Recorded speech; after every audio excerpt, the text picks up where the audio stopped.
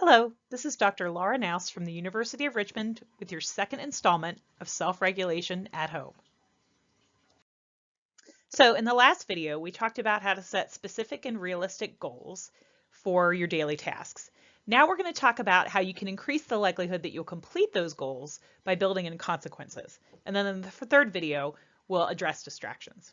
So a few reminders.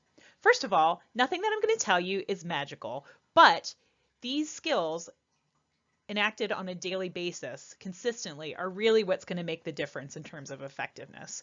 And you'll be actually asked to do things during the video so that you can practice the skills and make them easier to transfer into your real life. And then finally, I encourage you to continue to take a problem-solving approach, so being curious and collecting information about what's happening when skills don't work, and then using that information to try things again, maybe a little bit differently. So before we get into the new information about building in consequences, I want to set us up by having you pause the video and write down 3 to 5 daily goals for tomorrow that are, as much as possible, specific and realistic. If you need a reminder about how to make goals specific and realistic, you can revisit video number 1. Otherwise, go ahead and pause the tape and come back when you've got your 3 to 5 daily goals. Alrighty, so we will use those 3 to 5 daily goals in just a moment. But first, let's talk a little bit about the why of building in consequences.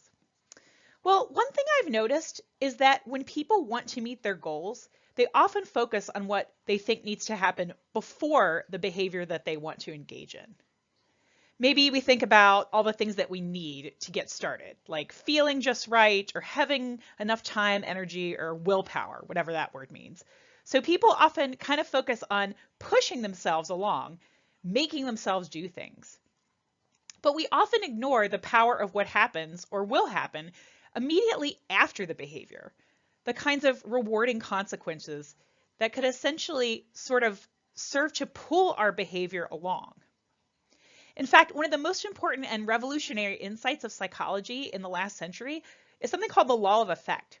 So it's the idea that the consequences of our actions determine if we'll repeat them. And so in step 2, we're really going to work on tapping into the power of what happens after the behavior to help you meet your goals. So really, when you think about it, getting to the end of most goals really requires a set of kind of strung together micro behaviors. So the idea here is that building in consequences can help to more powerfully pull behavior along until a task is complete. So for example, I own a Peloton bike. It's an indoor fitness bike, and it also has this app that tracks my workouts. And while the bike itself is pretty nice, the more impressive thing to me is that I feel like a Peloton's a motivation machine. It's got all these features built in to try to motivate users. So for example, I found it pretty rewarding to earn these little streak badges that I have here on the screen, which you get for completing any kind of workout on a given day. So when I don't feel like working out, which is often, just that thought of earning that next badge really pulls my behavior along to complete the workout in that given day.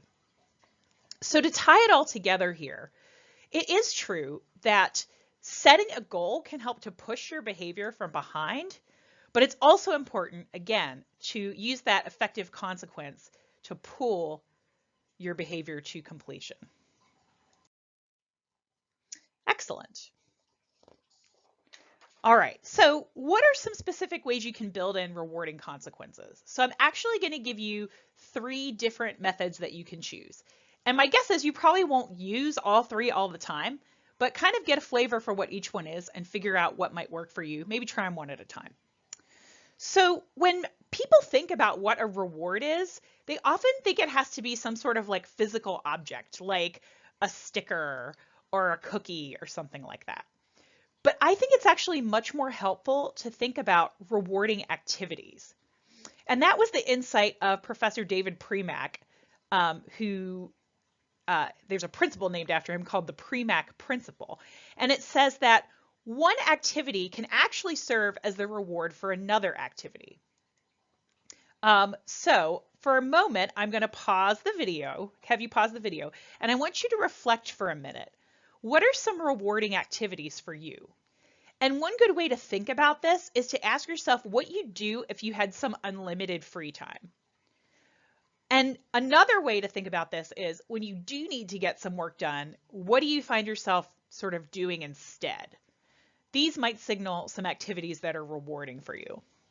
So go ahead and pause the video and jot down some ideas for reward activities below your list of goals.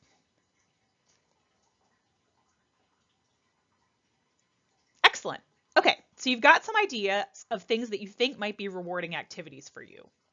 But don't close yourself off from being curious about other possible rewarding activities because rewards are very personal.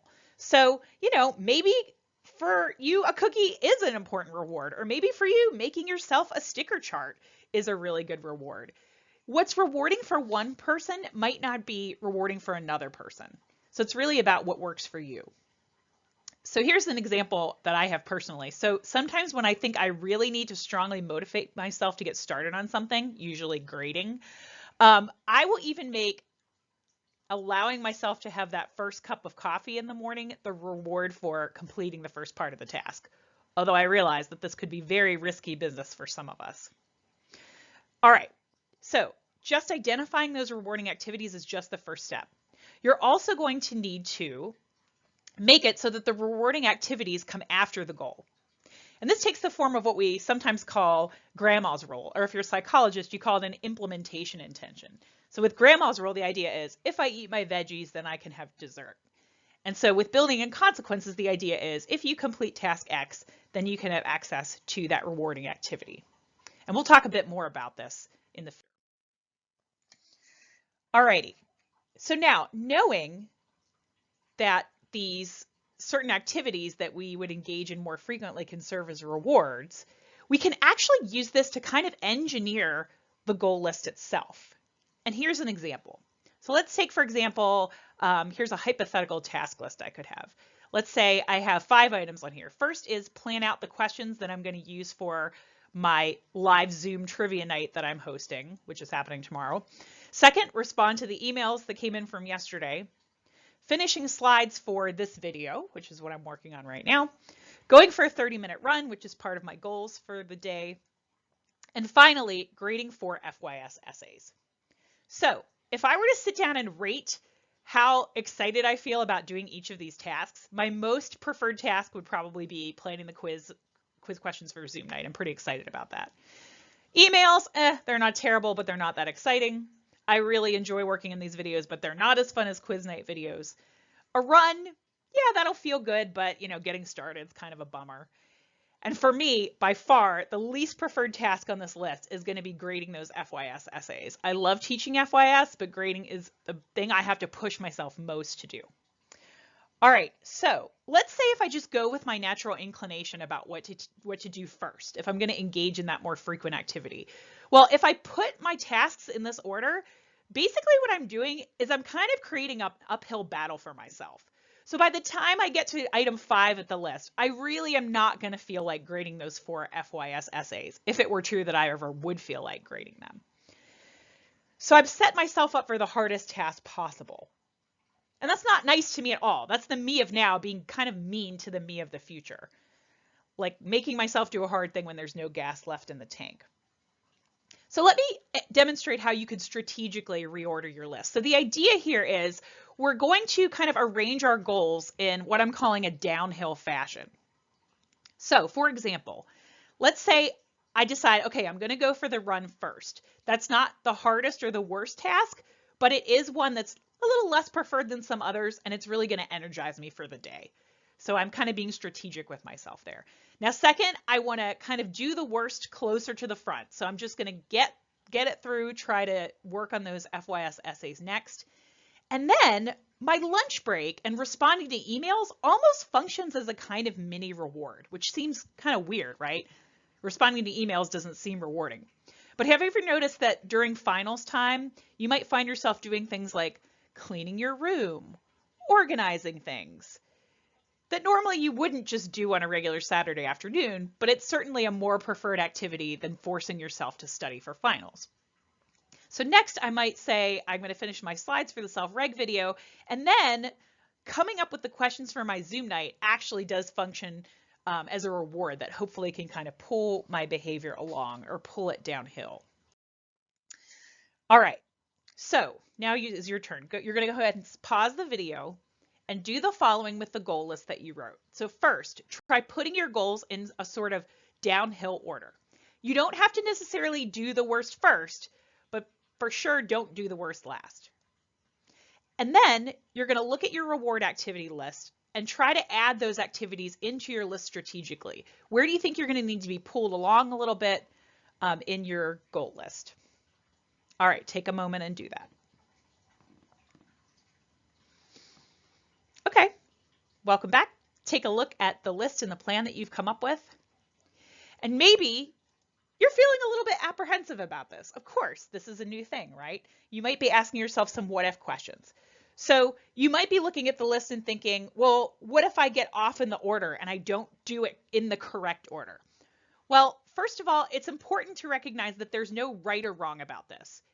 So you might end up doing things in a little bit different order, but as long as things on the list happen, that's totally fine. And this is a new skill, right? So it's likely that you won't kind of get through the whole list the very first time. You might have to tweak it for next time. Another thing you might be what-ifing about is, well, what if I just cheat and jump ahead and do the fun thing anyway? I can always do that. And that is very true. This is the most difficult piece of this, right? You always, if you wanted to allow yourself, you always could kind of access that rewarding activity at any time. And yet, if you can kind of use that rewarding activity even like half the time, it's definitely going to help you get more things done than you would kind of just going with your natural inclination. So this is about progress, not perfection. Don't let the perfect become the enemy of the good. All right, one more tip for building in consequences I want to present to you is this idea of checking in regularly with a goal buddy, what a psychologist calls a performance manager. So this relies on the idea that many humans find the approval of other humans to serve as a powerful reward. So identifying a goal buddy will help you tap into what psychologists call social accountability. Not only can your buddy help you celebrate your successes, but they can also support you in problem solving if you don't meet a goal. Importantly, checking in regularly and consistently seems to be an important element of success for social accountability. I personally enjoy this more when my goal buddy and I are both checking in with each other. So for example, in the past, I've belonged to writing groups of other faculty members where we're not reading and critiquing each other's writing. We're just checking in about our progress towards our goals and supporting each other along the way. And finally, just a quick reminder about the tool we talked about in the last video, Trello. And just a reminder that you can change the order of your goals in the list and add cards for reward activities to try to work with the strategies that we discussed today. All right, now it's your turn. Go ahead and try out this skill in real life and experiment with different strategies and pay attention to the results to sort of tweak things to make them work for you. Remember, consistency is key, and you're not going to get there all at once. Imperfect consistency is better than doing it perfect one time and never again. And again, let me know if you have questions. I'm really excited to help you out with these new skills if I can. All right, next up, how to actively manage distractions.